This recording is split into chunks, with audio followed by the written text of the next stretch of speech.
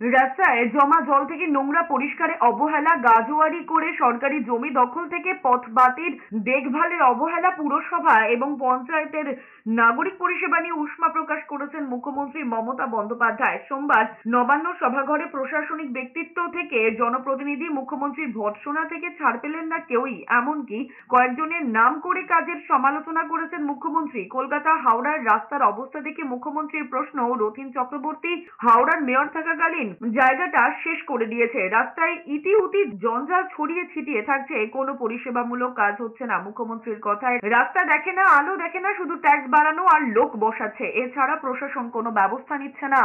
রাস্তা ঝাড় দেয় না, এবার কি আমাকে রাস্তা ঝাড় দিতে যেতে হবে? শুধু কি ওপরের দিকে তাকালেই হবে?